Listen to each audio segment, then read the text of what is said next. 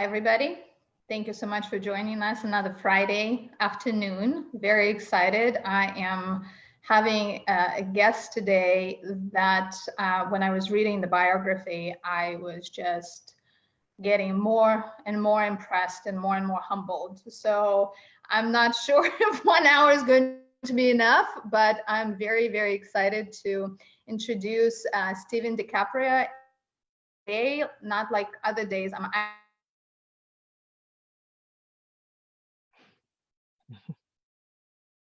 something that this person accomplished that I think I'm definitely learning. And I know you for about 2-3 years now, right? About well, that. I think I've been with the chapter for 18 months. So it's been. Oh boy. Okay. Wow. It seems like much longer, but in 18 months we had conversations, but never, now I have to actually think and ask people for their biographies when they're starting, just read them because it's impressive. But I got to introduce myself. I'm Olga Bolotina, and I started in the conversation series to introduce people like Stephen, really the heroes in our community, local communities, to learn and be inspire all of us how to be better stewards and how to take action in our community and how to stay sane and how to stay healthy and productive. So thank you so much for joining us. So I'm going to read from the bio. Stephen, read whatever you want, but it's so Stephen was born and raised in Florida, Pensacola, Florida, and he moved to Bay Area in 1990, correct, to Oakland. He was born to Lebanese Maronite, and Stephen, forgive me, I am going to sound a little bit ignorant sometimes. You have to fill in the okay. Sure. So in 1980s, Stephen led efforts opposing neo-Nazi recruitment in Florida Gulf Coast in southern Alabama. And then when he, another interesting thing about you, that you're a musician and you have your own band that is playing all around Europe. So that's another story that I want to definitely touch on, but I'm going to stick with your organizing history and skills, which is amazing. So in Oakland, when Stephen arrived, he didn't just arrive and set on his laurels of musician. He actually organized against police brutality with the October 22 Coalition and the Stolen Lives Project. In 2001, Stephen working for California League of Conservation Voters. And Stephen, you worked there until about 18 months ago. Is that correct? No, I actually, there was a gap between the time I left the California League of Conservation Voters and coming to the Sierra Club. So there was a gap of about 2 years where I worked, 3 years. I worked in other jobs. Okay. All right. Well, and we'll cover that if you want to. Another thing that is obviously very emotional and close to all of our, homes now and hopefully thoughts is homelessness. And Stephen unfortunately became homeless during the .com boom, and he took action actually and founded Land Action that created framework and to address homelessness and displacement. And you remain the activist for that cause. And probably still remain activist for this cause until now. So, oh boy, see, I'm already, so Stephen also was named 12th among one of the visionaries of 2012 by Adna Reader for his work, which was adopted by organizers during Occupy Wall Street. Stephen also was active with the Go and co-founded Landless People Alliance, resisting sweeping homelessness campaigns in Oakland and Berkeley, which is still extremely relevant, obviously. Stephen also passed California state bar exam without attending law school by completing law office study program. That's another. It's just I'm so impressed.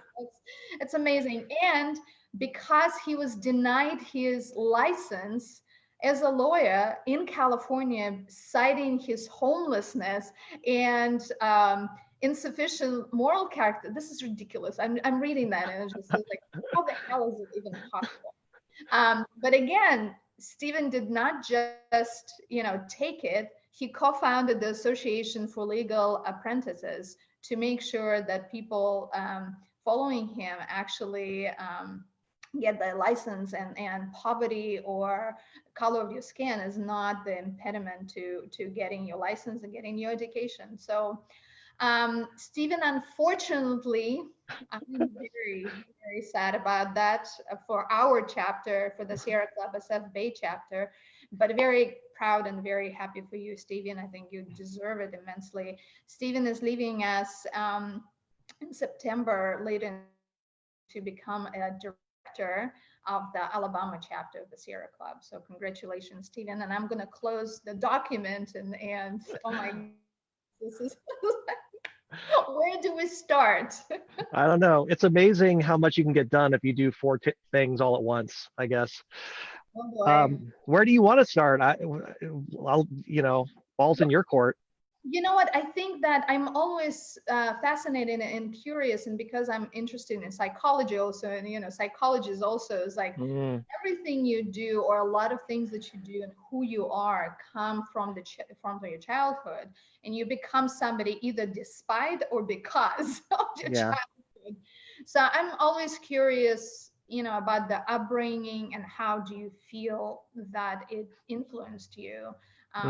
So, and I'll let you, talk about it whichever way you want, obviously. Yeah. And I've been thinking about this quite a bit, and there is kind of the whole, for me, a lot of my orientation towards organizing does stem from childhood trauma. When I was growing up in Florida, there was a lot of violence against people who were gay, people of color, and basically anyone who was outside the mainstream. And so, I faced a lot of, and I don't want to overstate it. It wasn't like I was in a war zone, but it was just that threat, an occasional burst of violence that would occur periodically. That was kind of an ever-present thing in growing up, going all the way back to elementary school.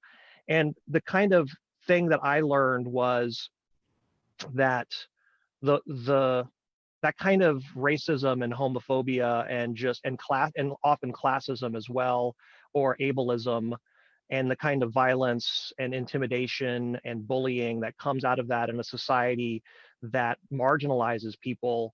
A lot of that depends on our fear. It depends on everyone's fear.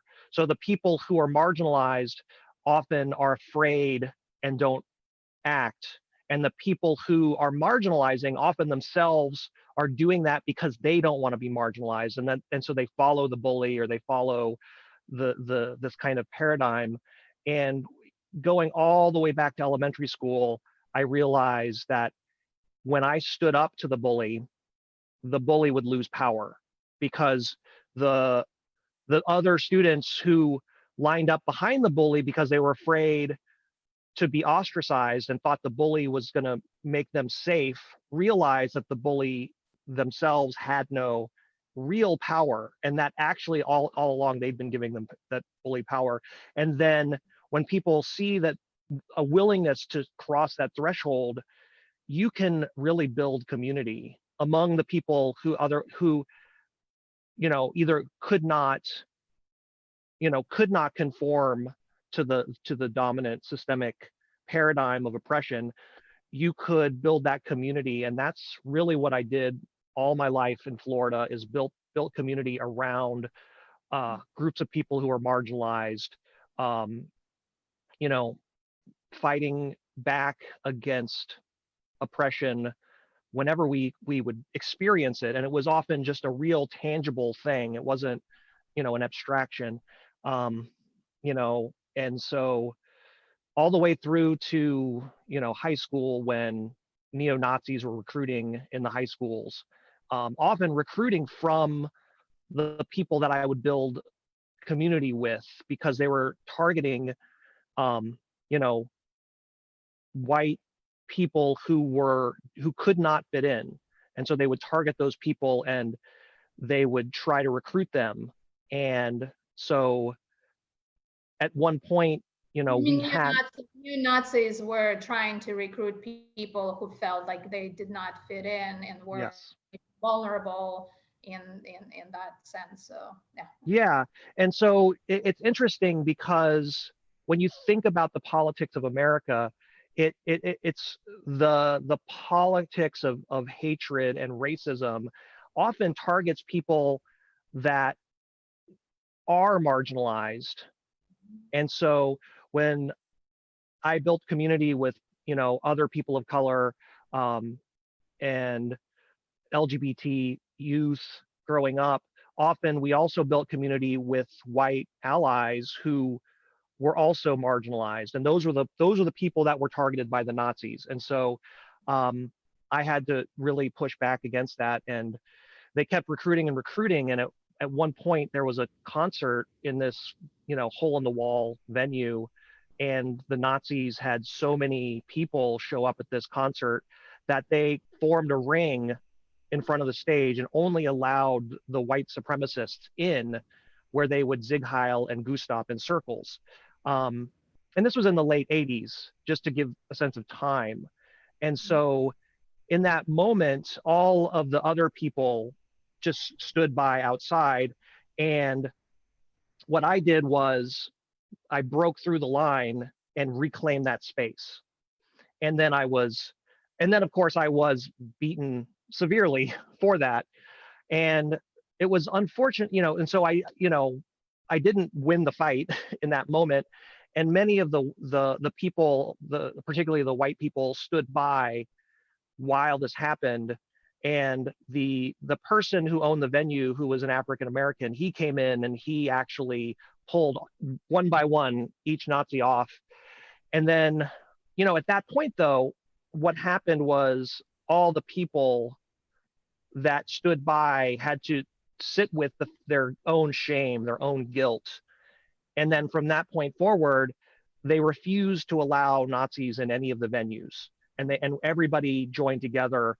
And, and I'm not going to say that the Nazis disappeared, but they stopped, we were able to reclaim what were relatively safe spaces for youth. And, so for me, all my life, and so that's why when I came to Oakland, the first thing I did was to organize against police brutality, right, almost right immediately once I hit the ground here, because I have always oriented myself towards the system of oppression that exists and finding the most assertive way to, go up against that and build community around that struggle, around that resistance. And so that's kind of, and so that you're totally correct. There are these kind of formative experiences, and that's the formative experience I had that led me to kind of have this kind of orientation of just taking on, one fight after another throughout my life.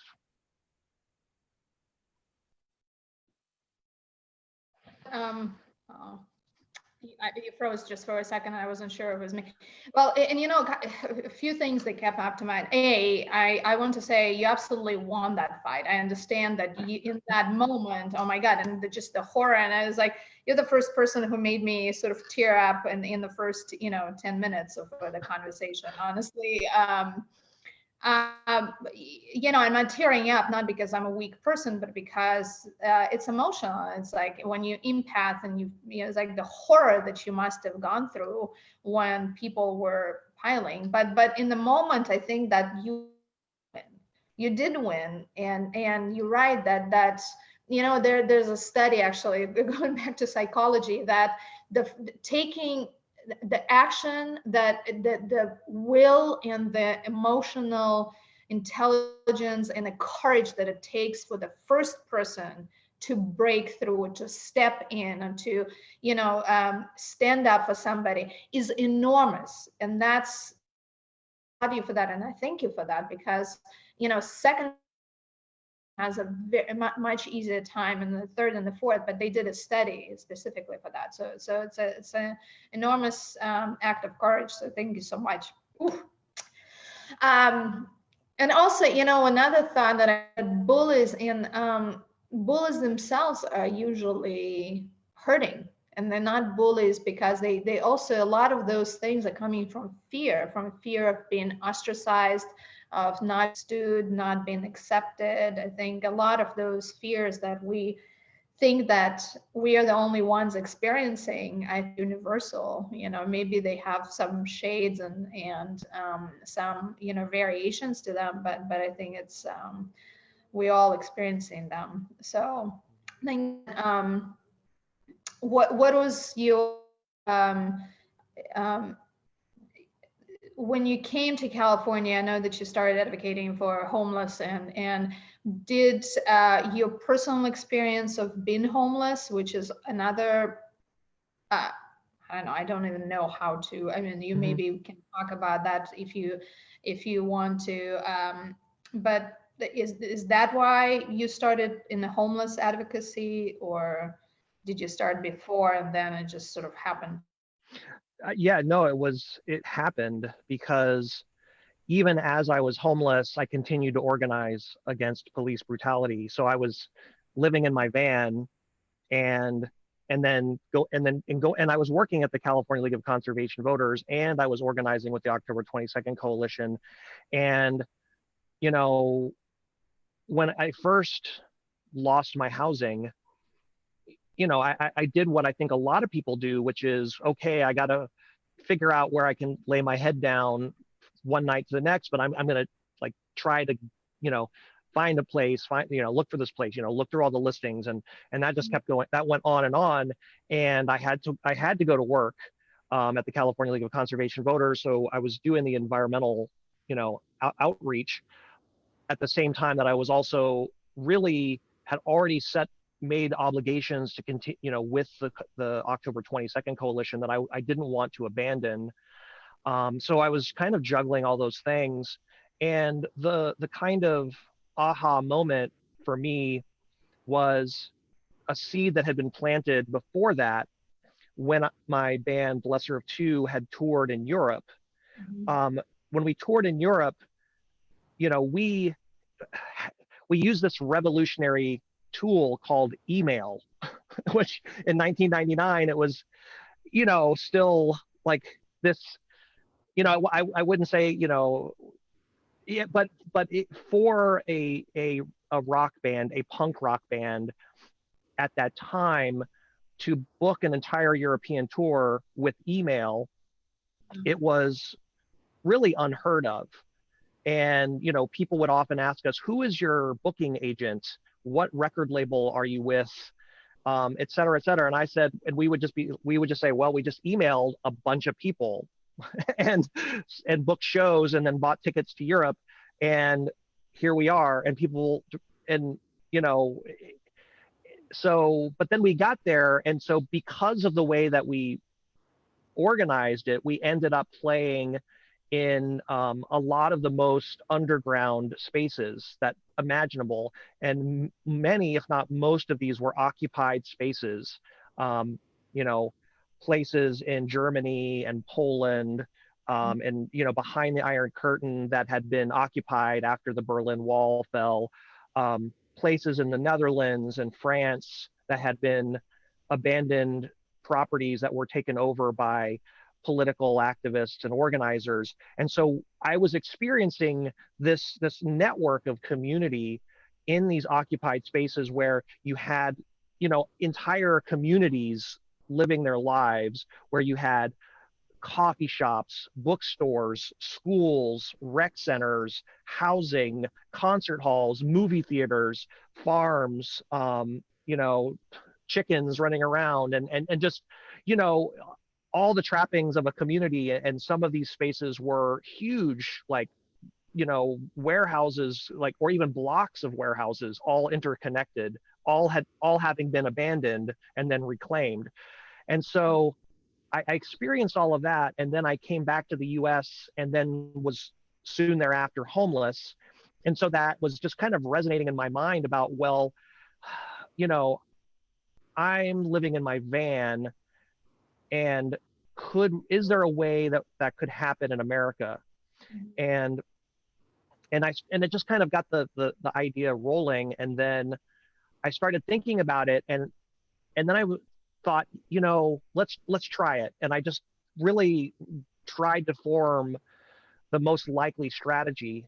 And it wasn't like, and to be honest, it was really an act of desperation. I had exhausted all other things, and I thought, well, I'm going to take a crazy long shot here. And I didn't even know if I would succeed.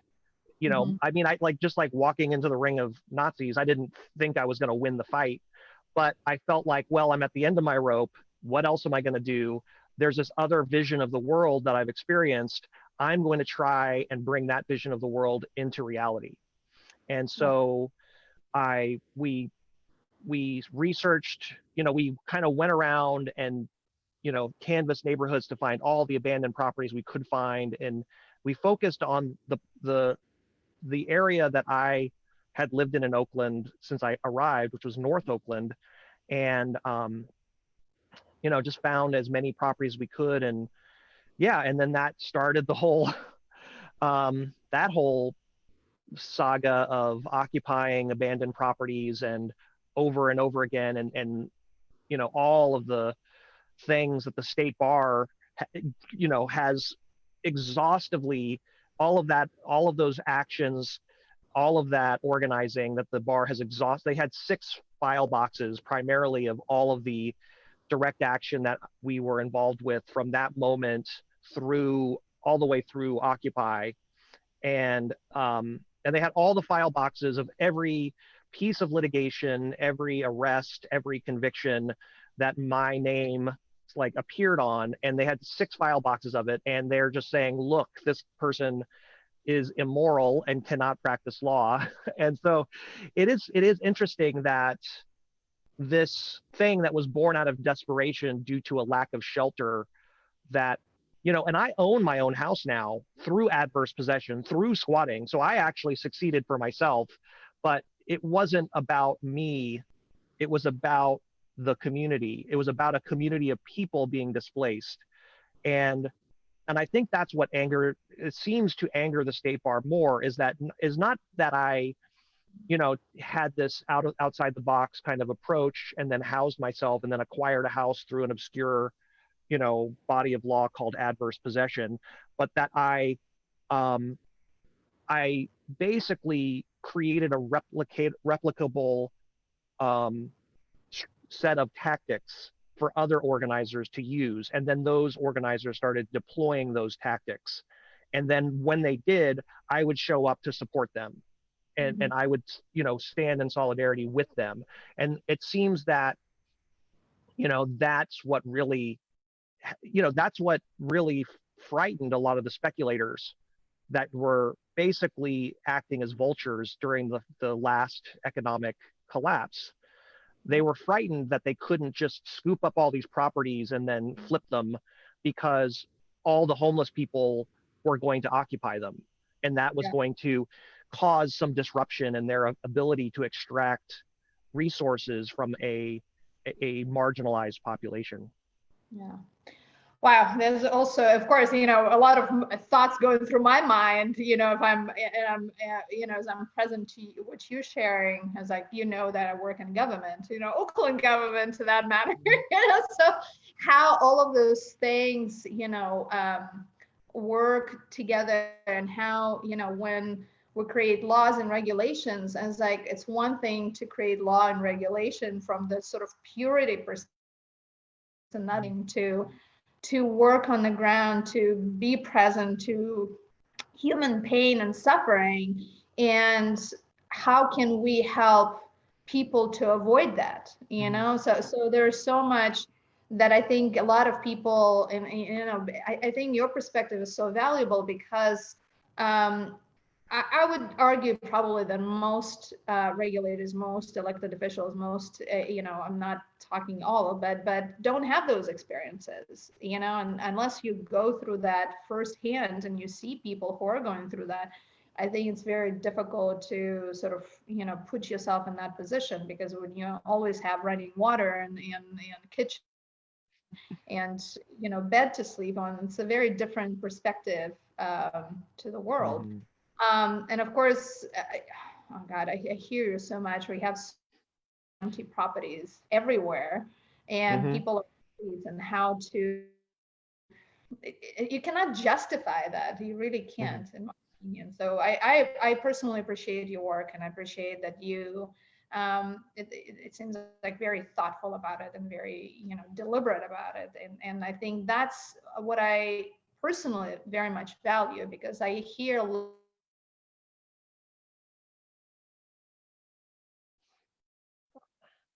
but they didn't think it through. They didn't feel it. They don't know the consequences sometimes. I feel like it's very important to get educated also, and to know issues that you're advocating for and know them, you know, Mm-hmm. intimately. So Yeah. oh, I hesitate. I'll ask you in private what kind what kind of stories you have about Oakland. Mm-hmm. Oakland government. I think it's not for the live stream, for me at least at this point. I'm still Yeah. working for elected official. Oh, yeah.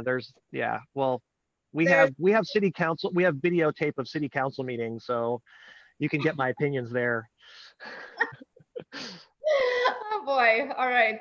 Yeah, no, we have luckily we're, you know, I am associating myself with people who are very, very, very active pro housing, affordable housing, first of all, and you know, renters' rights. So I'm on the same page, I think.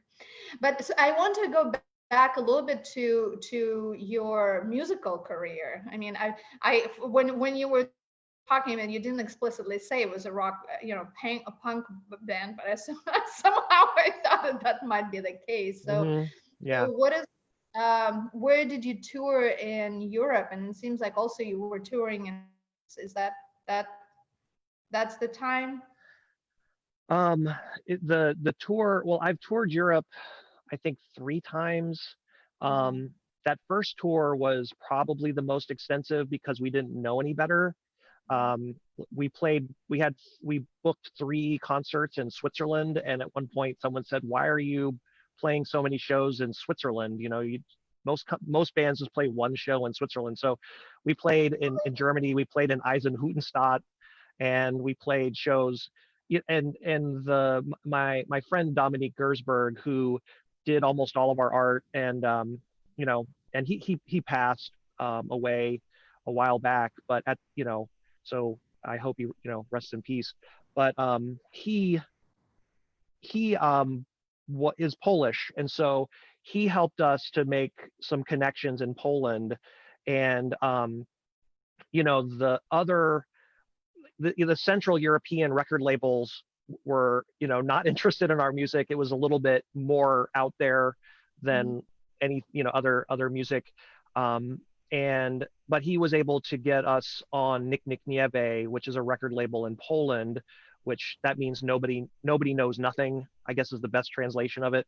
But yeah, so we met a lot of the punks in Poland and Czech Republic who grew up under the communist rule, and so it was just interesting. We toured with a band called Post Regiment, which is one of the most popular bands in Poland. um, really one of the best punk bands in Europe as far as I'm concerned. um, and yeah, we did this pretty extensive tour of Poland and Czech Republic, and we spent more time than we should have in Switzerland, I guess. It's And then not, we got down to Italy and Spain and Slovenia. And we recorded a live album in Slovenia at that show. They, just recorded. They had a thing of recording all the bands at that time, and that live show is online.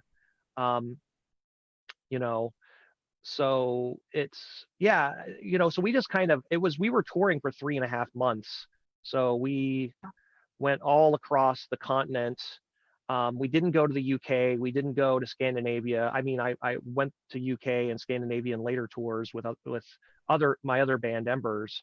Um, but yeah, we were touring for 3.5 months, and one of my things that I like to do is, since I don't, since going on trips to Europe is not like, or traveling abroad was not something that I could really afford without having the whole thing was, can we break even? And towards, on the last tour, we find, huh? Very well know that feeling. Yeah. Because, it's not like I can just, buy tickets to Europe and just, travel around and stay in hotel rooms. It's kind of like, sleeping in, the back room behind the stage or whatever, you have to do. But I would always get my visa for as long as possible and get my return ticket, whether I had a plan or not. And that way I could, actually have that experience of traveling Europe without, without having to have all the expense. And often, you tour, and so you can try to network, like, can I stay here or there? And so on that first tour, I stayed in Spain, in Madrid, and studied Spanish, and stayed with a house full of vegans and vegetarians. The vegans were on the first floor and the vegetarians were on the second floor. And apparently, at the time in 1999, veganism wasn't very popular. So the vegans couldn't find enough vegans in all of Madrid to fill a whole house. So they begrudgingly invited the vegetarians in, and they had like, it was a ridiculous microcosm of unnecessary conflict. But it was a learning experience. Supposed to be. I'm stereotyping like crazy, of course, right now. But I love both the vegans and the vegetarians, and I just wish that they could get along. And it's a microcosm of the Bay Area where we get into really weird disputes over the minutia of and we forget, and not to say that those differences of opinion don't matter. I don't want to liquidate that. But we also forget that how much we have in common sometimes, because we are surrounded by so many people that maybe share similar views, and we just really don't appreciate that as much as we could. However, I digress. So yeah, that's my travels in Europe the first time around. It's so, what you're saying is very relevant, especially now when everybody is sort of observing how disconnected we are, and how, I think that a lot of things also, that what I'm sort of reflecting on, is it that we really disconnected, or is that we just using different language to describe the same things, and sometimes we talking parallel to each other without really understanding it well. And if you really, going back to the environmental protection and environmental justice, social justice, I think if you talk to most people, and I'm not talking about neo left and neo right, I'm talking about majority of normal people, I think that if you just talk in plain language, do you think that everybody deserves a house? Everybody deserves to go to the doctor and being treated when they need to. Everybody deserves food on the table, clean water, clean air. I think everybody would probably say yes. I was like, I don't know who would say no, but when we wrap it all up in political language and, sometimes organizing language and sometimes, corporate language, I think we all talking a little bit of a, in the different, we create a perception that we are so disconnected. Of course, for many, like corporations, they probably do it on purpose because they want the society to feel fractionalized, because it's much easier to then attack one group or another and pin them against each other. In terms of, vegetarians, vegans, I think that there's a lot of, I'm constantly thinking about, we're talking about eco footprint and how, what we buy, what kind of ecological, environmental footprint it creates. And I'm constantly thinking, I want to create sort of cruelty footprint. I was like, what kind of cruelty or kindness you're leaving behind, and you're purchasing something. What is it great? Anyway, I'm going to a little bit esoterical. No, I mean, I think that it's, something I think about a lot is how we really kind of separate ourselves and forget how much we have in common. So I think that that's totally important right now in this moment, and as environmentalists, that we remember that the power that we have is that pretty much everyone agrees with us. Fundamentally, at their core, everybody wants clean air, everybody wants clean water, nobody wants a climate disaster. And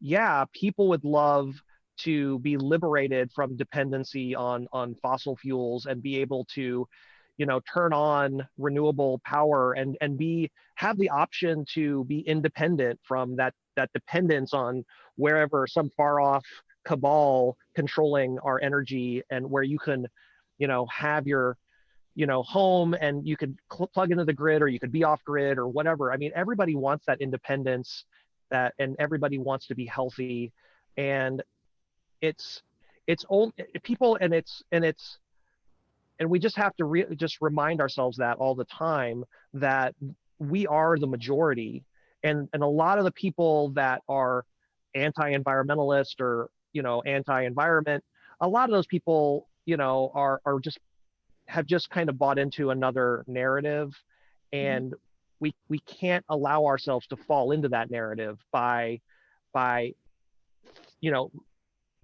acting like they're the enemy, like we have to really have an inclusive movement that represents the fact that we are the vast majority of people. I mean, I would imagine that there's I would imagine that it's close to 100% of the population that agrees with the environmental movement.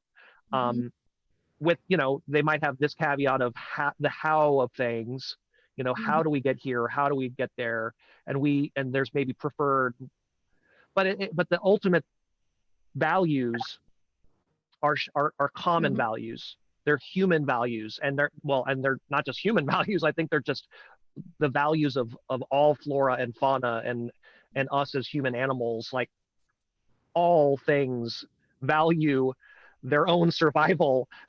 So it's as species, and as yeah. So I think that that's important. I mean, I think that's an important microcosm. The fact that you could have a rivalry between vegans and vegetarians in a household over this thing, this difference of opinion, and forget all the things that they share in common. And that's how our society is today. We forget all the things that we share in common, which are beautiful. And we just need to remember that, and not internalize our frustration or anger towards others. Yeah, I think I wasn't sure, something froze on my end, so I was like, I don't know if it recorded my Well, they'll get 80% of it. That's right. Well, and again, it's just so many things that you mentioned that sort of sparked my thought process, and especially now it's relevant. I have to say that I'm battling internally with a lot of those things. That how do you be inclusive, and how you can be empathetic and understanding of different views. And at the same time, there's some views that are inherently separatist. So how do you reconcile that, and how do you exercise and embody inclusion and at the same time stand up for things that you feel are right and you feel are, essential, justice and inclusion for all, those things are not professed by certain groups and certain people. So how do you bring those people and those organizations into the fold and have that discussion that it's not one or the other? This is a planet. Yes, we separated into countries and fractions, but really it's one planet and operates by planetary universal laws that we all live under. I mean, we created all of those layers of systems, but it's really, we all, no oxygen that's produced by trees, we're all dead. So so maybe we go to another universe, who knows? But in this physical plane, we all operate under certain laws, that I think we are so neglecting, and the society and human culture is so prone to just, oh, this is obvious and therefore it can be disregarded, or we're not present to it. So anyway, again, I don't know why, because we're talking about things like that, and I think a lot of us are struggling with some reconciliations. I think you promoting some thinking. So and by the way, I love your flora behind you. We mentioned that before. I love the setup. Yeah, I told you before the show, this is all my wife. She has the green thumb. She grew up farming in East Texas, and Oh, wow. if you came to the house, you would see all of her handiwork everywhere. It's just, I feel like I'm living in a botanical garden or something. It's amazing. Wow, I love it because somebody commented, I've had a balcony, the place where I lived before, and it's like, is there space for humans on this balcony? It's all flowers and plants. Yeah, I love that. From time to time, it does feel like things are growing in, you know. So that does happen where it's just like, wow.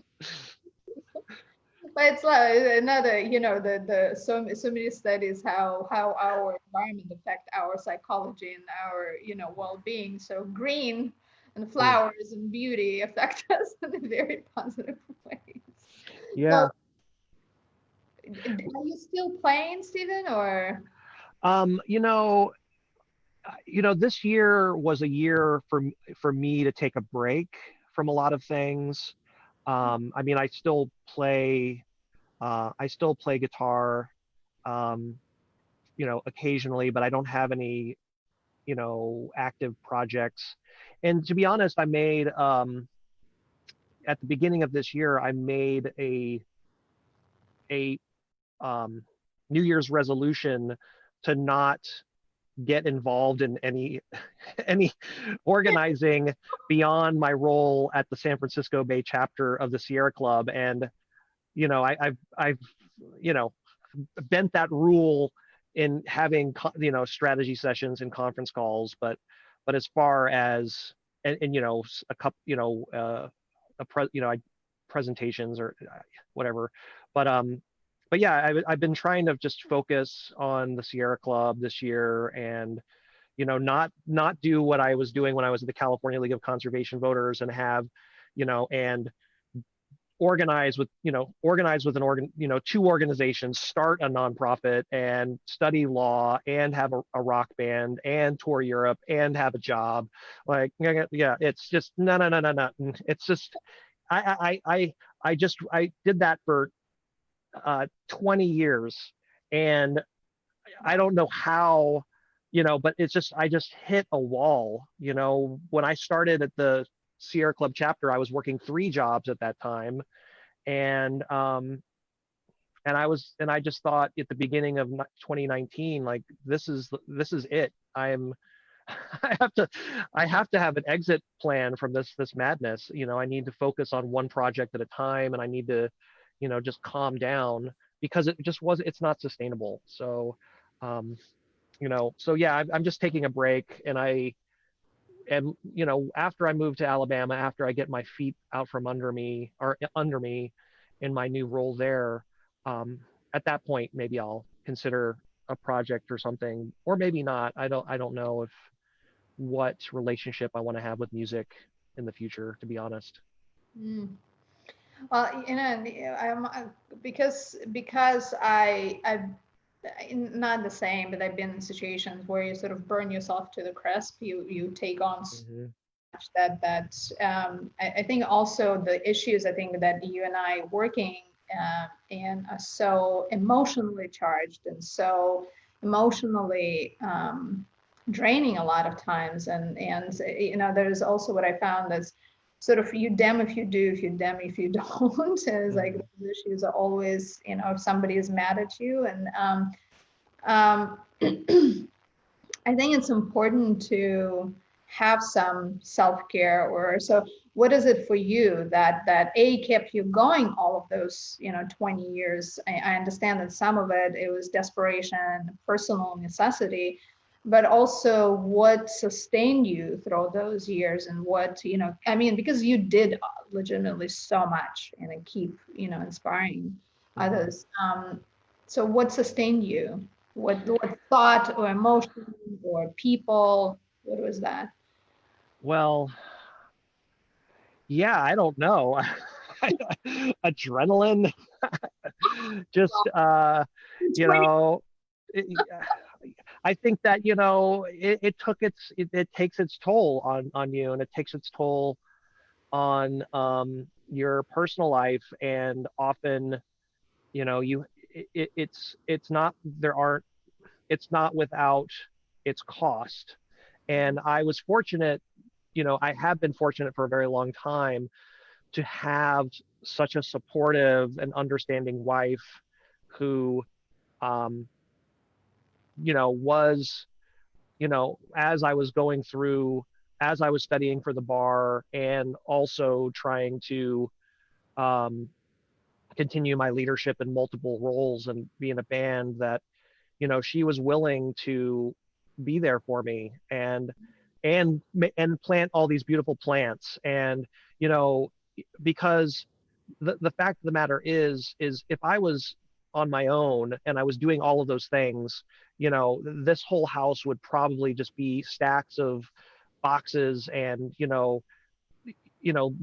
me living out of boxes and just grabbing things and as I need them, and just everything being just on the fly, and not having a grounded kind of life. And and I think that it's you know in a lot of ways, it's unfair to the people around you. It's unfair to your family and your network of friends to take on all of these things and make those unilateral decisions. Um, and so, that's another thing that I think about when I want to pull back and stay focused on things, is I need to think about, her, and I need to think about our relationship, and um, how I'm present for myself and for the people that I care about. Because often when you just keep going and going and going, you stop being present for friends, you stop being present for family. And in many cases, the only friends and family you have are the people in that movement of struggle, which I appreciate strongly, and that is the kind of community I want to have. But we need to be there for each other as humans. We need to be there for each other as friends. We need to carve out that time, carve out that space, because we cannot build community purely on struggle, purely on that fight. We need to have those moments where we really hear each other, and we see each other, and we support each other, not just in the movement, but as human beings, as friends, as colleagues, as family. um, and so that's the sacrifice. And I think it's a cost, not just to myself but to the people around me. And I'm just so grateful for the community that I have, that has been so um, so patient with Mhm. my stubborn activism, that I'm not entitled to their friendship, and I'm not entitled to their support. And I just deeply am grateful to all those people that have been there for me. Wow. Again, I mean, a lot of what you're saying actually so resonates with me because, I am a first generation immigrant who came here with nothing other than sort of, bushy, wide-eyed and bushy-tailed. And, you're making me really reflect how much my survival and just my thriving and my well-being has been thanks to my friends. Been one of them, my dear friend Masha, who she was playing in a punk rock band in Russia. And I know her as a mother of two children, but I went to Russia 2 years ago, and she was playing with her old band in Russia. I have to be completely frank. Punk rock is not necessarily my style of music, but they invited me to the concert in St. Petersburg, Russia. And I'm like, oh my God, this is crazy. Hmm. But seeing her on the stage with a violin, with, it was amazing. So, Mm. but just making me present how meaningful those relationships are. And a lot of times now, if having like really hard time with something, I have such a network of friends who are not necessarily, you're right, I can totally relate to that I have a lot of friends obviously in the movement who became really close, but I also have friends who not necessarily involved in activism. And sometimes it's okay and it's refreshing actually to be with them and have conversation with them. And they, a lot of times, also, I feel like we're also so entrenched and so inside the sort of the movement that I find it refreshing to talk with them and get their perspective and answer their questions that they're asking out of curiosity and care for me and for the causes that I'm involved with. But the questions that they ask, I'm like, wow, this is really interesting. I mean, we're not talking about it this way, but maybe we should, Hmm. to bring more people into the fold of sort of understanding and awareness. So Hmm. anyway, wow. I don't want you to go. Can you stay? So I one of the things I know, I think that, and we're coming to the end of the hour, and just the time goes by really fast. I know that you talked with a lot of people, and I think you were excited to sort of talk about that a little bit. You connected with a lot of Sierra Club members, and Mhm.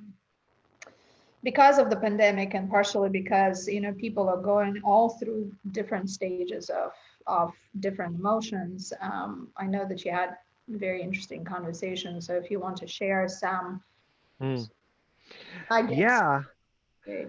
yeah, I had the privilege in my role as associate development director with the San Francisco Bay chapter to reach out, to the volunteer leadership. And when the pandemic happened, we you and I kind of talked about this at the beginning, and I just said, we said let's take a moment, and in a lot of ways this is kind of on an organizational level, that kind of self-care that we're talking about, taking some time and saying, how are you doing right now, and tell me about it. What, tell me about yourself. It's almost like, I've been having in the know type conversations with a lot of our volunteer leaders. And I didn't stop there with, members, just rank and file members, and a lot of times new members. And it just makes you appreciate the Sierra Club membership structure, that, this is a really unique organization in that, the membership is real. It's not just like, oh, it's a name. We're going to call you a member, but all we care about is, you're, calling you up from time to time to sign a petition and give us some money. Like, Yeah. it's not that.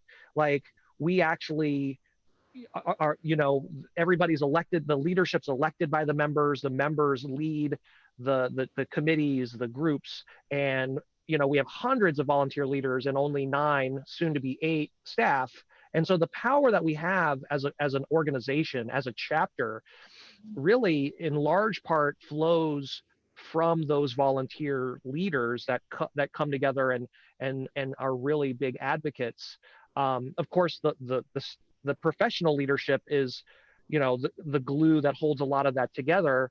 And so, but we would never have, given if we had no volunteer leaders and we were just a staff of 9 people, we would never have the kind of impact that we have throughout the 4 counties that we're in. The campaigns, like the coal campaign, for example, when we mobilized for that coal campaign, we outnumbered the oil advocates 3-1. And we won. When do environmentalists ever defeat the oil industries? And so that's the power of this membership structure. And I had all of these amazing conversations with people, and it just reminded you that, and there's a lot of, times where we get in meetings and we disagree about, this variance on this building or that, or this line or that thing. But the thing is that when you step back and you really hear people's stories, you realize, it reminds you, yeah, we all are fighting together towards something, and that's beautiful. And I don't know where I'm going with this, but I would encourage people to just join the Sierra Club and then join the chapter and become a volunteer.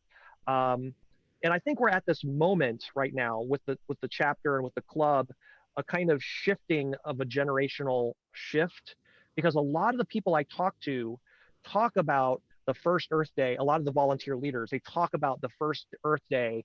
They talk about, those movements of the time, the civil rights movements, the anti-war movements, and then the emerging environmental movement that, led to the Clean Air Act, the Clean Water Act. And they were there as youth at that time. And the Sierra Club had been around for a long time, and the leaders at that time were not from that generation, but that generation now is a large dominant part of our current volunteer leadership. And so here we are with Black Lives Matter. Here we are with the climate change movement of our time, and we have the anti-war movements and Occupy Wall Street. We have all of these movements and all of these things that are really resemble the experiences that I hear from our current volunteer leaders when they were younger. And so I just see this chapter and this club, being a club where a lot of the youth of today are the leaders of tomorrow. And this is the time where we need to figure out how to facilitate that process, how to bring in a lot of these youth movement leaders that are already in the youth movements and let them know that this is their club. This is for them, just like it was the previous generations. And that this membership is empowers them to seize the mantle of leadership. And I think it's a huge opportunity for our collective liberation to just include people of all, to include people from all perspectives into the club and really lean into that and allow for a larger, more diverse leadership than maybe we've been having in the recent past. And I think there's a lot of potential there, because that shift happened already once in the chapter's history, and now we're there again. So join the Sierra Club, support the chapter. I love it. That's a very good way to end. One thing that I want to add to your point that we do care about, and I'm talking now as a chair of the FBA chapter, we're putting together a strategic plan for 5 years. I know it's a crazy idea now in the midst of everything. Is like we cannot predict what's going to happen tomorrow or later today, but it's more so, that we need to reflect and need to put some values and statements of our vision together. And we created a survey that we're circulating with the club leaders, with staff, and with membership. So if you receive an email from us, please fill out the survey, reach out to us, and we really do want to hear from you, from membership, from everybody, so we can create that vision together and create the tools and the structure that we all want to see. So, Stephen, I was like, I could talk with you forever. Honestly, it's been, there's so many things we didn't even brush upon. The whole Europe experience in the 90s, I also was in Germany. It just, it could go on and on and on. But thank you so much for all the work that Mhm. you've done here in the Bay Area. Thank you for all your activism. Take care of yourself. Take care of your wife. Take care of your relationship. Stay sane. Stay healthy. Mhm. And I hope to stay in touch with you, and maybe we can do another session in a year or something. See how Yeah. Alma is doing. Yeah, we could talk, maybe at that point we could talk about Alabama and see what's happening at that point. And Hopefully, we're going to be in a different country, different setting. So yeah. reversal, 100 laws that were, ay, that Mm. were slashed by Trump. So anyway, thank you so much, Stephen. Good luck with everything. Appreciate you, and a lot to learn from you still. So Thank you. Thank you for having me. yeah, if you can stick around for just a second, everybody who tuned in today, thank you so much. I hope you learned a lot. I hope you got inspired, and we're waiting for you to join us next Friday. Thank you so much. To follow Stephen, he is still with the chapter until September 21st, so you can always reach out to him.